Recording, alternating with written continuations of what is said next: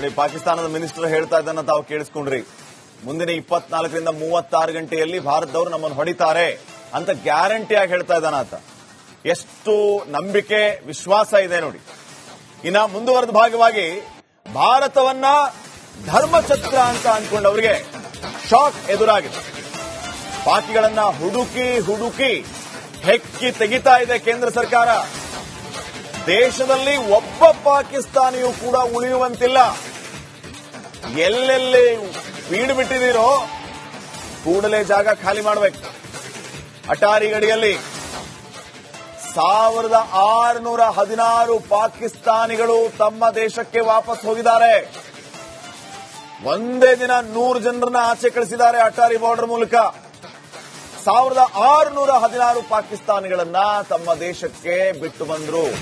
Attari border ಮೂಲಕ ಕಳಿಸಿಕೊಟ್ರು. ಪಾಕಿಸ್ತಾನಿಗಳನ್ನ ವಾಪಸ್ ಕಳಿಸುವುದಕ್ಕೆ ಇದು ಸಕಾಲ. ದಶಕಗಳಿಂದ ಭಾರತದಲ್ಲಿ ಇರುವಂತಹ ಪಾಕಿಸ್ತಾನಿಗಳನ್ನ ವಾಪಸ್ ತಮ್ಮ ದೇಶಕ್ಕೆ ಓಡಿಸೋದಕ್ಕೆ ಇದು ಸಕಾಲ. ಪೌರತ್ವ ಪಾಕಿಸ್ತಾನದ್ದು, ವೋಟಿಂಗ್ ಭಾರತದಲ್ಲಿ, ಆಧಾರ್ ಕಾರ್ಡ್, ವೋಟರ್ ಐಡಿ ಎಲ್ಲವೂ ಕೂಡ ಇದೆ. ವಿದ್ಯಾಭ್ಯಾಸವೂ ಕೂಡ ಇಲ್ಲೇ, ಕೊನೆಗೆ ಉದ್ಯೋಗನೂ ಇಲ್ಲೇ. ತನ್ನ ಕುಟುಂಬದ ನೈಜಾಂಶವನ್ನ ಬಯಲು ಮಾಡಿದೆ ಪಾಕಿಸ್ತಾನಿ. ಇವ್ರಿಗೆ ಎಲ್ಲ ಇಲ್ಲೇ ಬೇಕು, ಇವ್ರಿಗೆ ನೀರು ಬೇಕು, ಜಾಗ ಬೇಕು, ಉದ್ಯೋಗ ಬೇಕು, ವಿದ್ಯೆ ಬೇಕು. ಆದರೆ ಭಾರತದ ವಿರುದ್ಧವೇ ಇವರ ಮನಸ್ಥಿತಿಯಲ್ಲಿ ಯಾವಾಗಲೂ ಕೂಡ ಶತ್ರುತ್ವ ಭಾವ ಕಾಡ್ತಾ ಇರುತ್ತೆ. ಭಯೋತ್ಪಾದನಾ ಮನಸ್ಥಿತಿ ಇವರಲ್ಲಿ. ಸ್ವಲ್ಪನಾದ್ರೂ ಮಾನ ಮರ್ಯಾದೆ ಇದೆಯಾ ಇವರಿಗೆ? ಇಂಥವರನ್ನ ಒದ್ದು ಓಡಿಸುವಂತಹ ಕೆಲಸ ಈಗ ಕೇಂದ್ರ ಸರ್ಕಾರದಿಂದ ಆಗ್ತಾ ಇದೆ. ಇದು ಸಕಾಲ ಕೂಡ. ಈಗಾಗಲೇ ಕೇಂದ್ರ ಸರ್ಕಾರ ಅನೌನ್ಸ್ ಮಾಡಿದ ರೀತಿಯಲ್ಲಿ ಒಬ್ಬರನ್ನು ಕೂಡ, ಈ ಪಾಪಿ ಪಾಕಿಸ್ತಾನದವರನ್ನ ನಮ್ಮ ದೇಶದಲ್ಲಿ ಒಬ್ಬರನ್ನು ಬಿಡದೆ ಓಡಿಸುವಂತಹ ಸಕಾಲ ಈಗ ಬಂದಾಗಿದೆ. ಸೊ ನೋಡಿ, ಒಬ್ಬೊಬ್ಬರನ್ನೇ ಬಸ್ ತುಂಬಿಸಿ ಕಳಿಸ್ತಾ ಇದ್ದಾರೆ. ಅಟಾರಿ ಗಡಿಯಲ್ಲಿ ಒಂದೊಂದೇ ಕಥೆಗಳು ಬಯಲಾಗ್ತಾ ಇವೆ. ಈಗ ಹೋಗ್ತಾ ಇರೋರು ಇದಾರಲ್ಲ, ಇವರ ಬ್ಯಾಕ್ ಗ್ರೌಂಡ್ ಅನ್ನ ಗಮನಿಸ್ಬಿಟ್ರೆ ಇವರ ಆಟಗಳೆಲ್ಲವೂ ಕೂಡ ಬಹಿರಂಗ ಆಗ್ತಾ ಇದೆ. ಇವ್ರದು ವೋಟರ್ ಐಡಿ ಭಾರತದ್ದು, ಆಧಾರ್ ಕಾರ್ಡ್ ಭಾರತದ್ದು, ವಿದ್ಯಾಭ್ಯಾಸ ಇಲ್ಲಿಯೇ, ಕೊನೆಗೆ ಉದ್ಯೋಗವೂ ಇಲ್ಲಿಯೇ, ಪೌರತ್ವ ಮಾತ್ರ ಪಾಕಿಸ್ತಾನ್.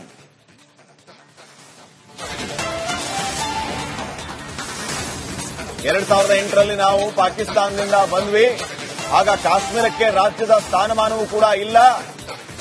ಕೇಂದ್ರ ಸರ್ಕಾರ ಒಂದಿಷ್ಟು ಸಮಯ ಕೊಡಬೇಕು. ಇಲ್ಲಿ ಪಾಕ್ ಕುಟುಂಬಗಳು 20ರಿಂದ 30 ವರ್ಷಗಳಿಂದಾನೇ ನೆಲೆಸಿವೆ. ನಾವಿಲ್ಲಿ ಮತದಾನ ಕೂಡ ಮಾಡಿದ್ದೇವೆ. Aadhaar card, voter ID, ration card ಎಲ್ಲವೂ ಕೂಡ ಇದೆ. ಈಗ ನಾನು ಇಲ್ಲಿಂದ ಎಲ್ಲಿಗೆ ಹೋಗ್ಲಿ? ನನ್ನ ವಿದ್ಯಾಭ್ಯಾಸ ಇಲ್ಲಿಂದಲೇ ಆಗಿದೆ. ಭಾರತದಲ್ಲಿರುವ ಪಾಕಿಗಳ ಬಗ್ಗೆ ಉಸಾಮ ಬಾಯ್ ಬಿಟ್ಟಿರೋದು. तो हम लोग आगे सीधा हम लोग वहाँ जी यहाँ का नहीं बना हुआ हमारा पासपोर्ट. हम ऐसे पाकिस्तानी नेशनल्स वहाँ से पासपोर्ट अप्लाई करके थोड़ा लीगल तरीके से आए थे हम. ठीक है, हम यहाँ पे 17 सालों से, हम 2008 में आए थे, 24/11/2008 में. तो हमने विद इन 15 डेज यहाँ पे आते ही हमने वीजा स्टे करवाया था. तो उस टाइम पे स्टेटहुड भी था. ठीक है, तो इनका अपना ये था. तो उसके बाद अचानक से जब चीज होना समझ नहीं आ रही कैसे करेंगे.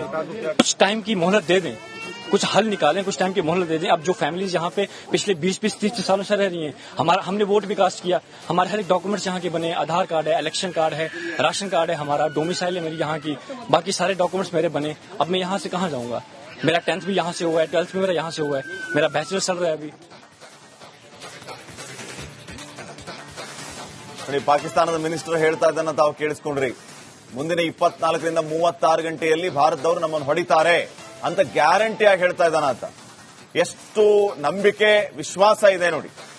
ಇನ್ನ ಮುಂದುವರೆದ ಭಾಗವಾಗಿ ಭಾರತವನ್ನ ಧರ್ಮಛತ್ರ ಅಂತ ಅನ್ಕೊಂಡವರಿಗೆ ಶಾಕ್ ಎದುರಾಗಿದೆ. ಪಾಕಿಗಳನ್ನ ಹುಡುಕಿ ಹೆಕ್ಕಿ ತೆಗಿತಾ ಇದೆ ಕೇಂದ್ರ ಸರ್ಕಾರ.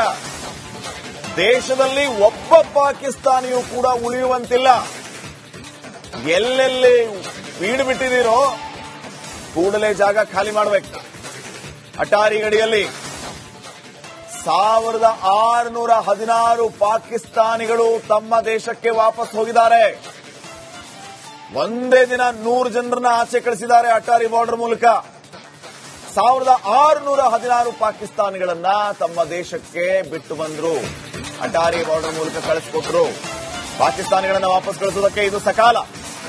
ದಶಕಗಳಿಂದ ಭಾರತದಲ್ಲಿ ಇರುವಂತಹ ಪಾಕಿಸ್ತಾನಿಗಳನ್ನ ವಾಪಸ್ ತಮ್ಮ ದೇಶಕ್ಕೆ ಓಡಿಸೋದಕ್ಕೆ ಇದು ಸಕಾಲ.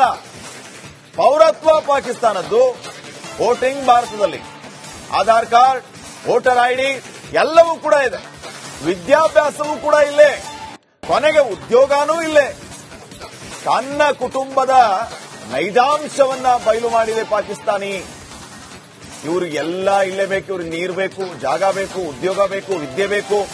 ಆದ್ರೆ ಭಾರತದ ವಿರುದ್ಧವೇ ಇವರ ಮನಸ್ಸಿನಲ್ಲಿ, ಮನಸ್ಥಿತಿಯಲ್ಲಿ ಯಾವಾಗಲೂ ಕೂಡ ಶತ್ರುತ್ವ ಭಾವ ಕಾಡ್ತಾ ಇರುತ್ತೆ. ಭಯೋತ್ಪಾದನಾ ಮನಸ್ಥಿತಿ ಇವರಲ್ಲಿ. ಸ್ವಲ್ಪನಾದ್ರೂ ಮಾನ ಮರ್ಯಾದೆ ಇದೆಯಾ ಇವರಿಗೆ? ಇಂಥವರನ್ನ ಒದ್ದು ಓಡಿಸುವಂತಹ ಕೆಲಸ ಈಗ ಕೇಂದ್ರ ಸರ್ಕಾರದಿಂದ ಆಗ್ತಾ ಇದೆ. ಇದು ಸಕಾಲ ಕೂಡ. ಈಗಾಗಲೇ ಕೇಂದ್ರ ಸರ್ಕಾರ ಅನೌನ್ಸ್ ಮಾಡಿದ ರೀತಿಯಲ್ಲಿ ಒಬ್ಬರನ್ನು ಕೂಡ, ಈ ಪಾಪಿ ಪಾಕಿಸ್ತಾನದವರನ್ನ ನಮ್ಮ ದೇಶದಲ್ಲಿ ಒಬ್ಬರನ್ನು ಬಿಡದೆ ಓಡಿಸುವಂತಹ ಸಕಾಲ ಈಗ ಬಂದಾಗಿದೆ. ಸೊ ನೋಡಿ, ಒಬ್ಬೊಬ್ಬರನ್ನ ಬಸ್ ತುಂಬಿಸಿ ಕಳಿಸ್ತಾ ಇದ್ದಾರೆ. ಅಟಾರಿ ಗಡಿಯಲ್ಲಿ ಒಂದೊಂದೇ ಕಥೆಗಳು ಬಯಲಾಗ್ತಾ ಇವೆ. ಈಗ ಹೋಗ್ತಾ ಇರೋರು ಇದಾರಲ್ಲ, ಇವರ ಬ್ಯಾಕ್ ಗ್ರೌಂಡ್ ಅನ್ನ ಗಮನಿಸ್ಬಿಟ್ರೆ ಇವರ ಆಟಗಳೆಲ್ಲವೂ ಕೂಡ ಬಹಿರಂಗ ಆಗ್ತಾ ಇದೆ. ಇವ್ರದು ವೋಟರ್ ಐಡಿ ಭಾರತದ್ದು, ಆಧಾರ್ ಕಾರ್ಡ್ ಭಾರತದ್ದು, ವಿದ್ಯಾಭ್ಯಾಸ ಇಲ್ಲಿಯೇ, ಕೊನೆಗೆ ಉದ್ಯೋಗವೂ ಇಲ್ಲಿಯೇ, ಪೌರತ್ವ ಮಾತ್ರ ಪಾಕಿಸ್ತಾನ್.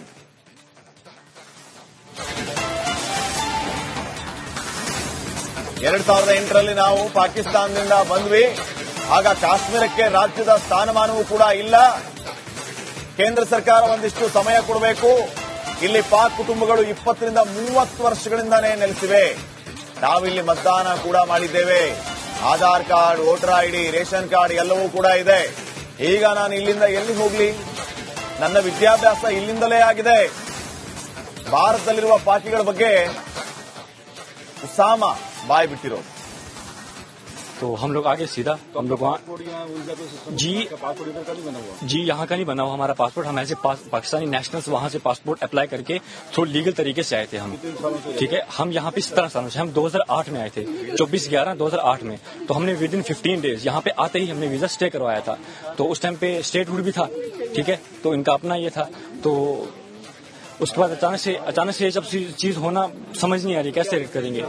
कुछ टाइम की मोहलत दे दें, कुछ हल निकालें, कुछ टाइम की मोहलत दे दें. अब जो फैमिलीज यहाँ पे पिछले 20-30 सालों से रह रही हैं, हमने वोट भी कास्ट किया, हमारे हर एक डॉक्यूमेंट्स यहाँ के बने, आधार कार्ड है, इलेक्शन कार्ड है, राशन कार्ड है, हमारा डोमिसाइल है मेरी यहाँ की, बाकी सारे डॉक्यूमेंट्स मेरे बने. अब मैं यहाँ से कहाँ जाऊंगा? मेरा 10th भी यहाँ से हुआ है, 12th भी मेरा यहाँ से हुआ है, मेरा बैचलर चल रहा है अभी.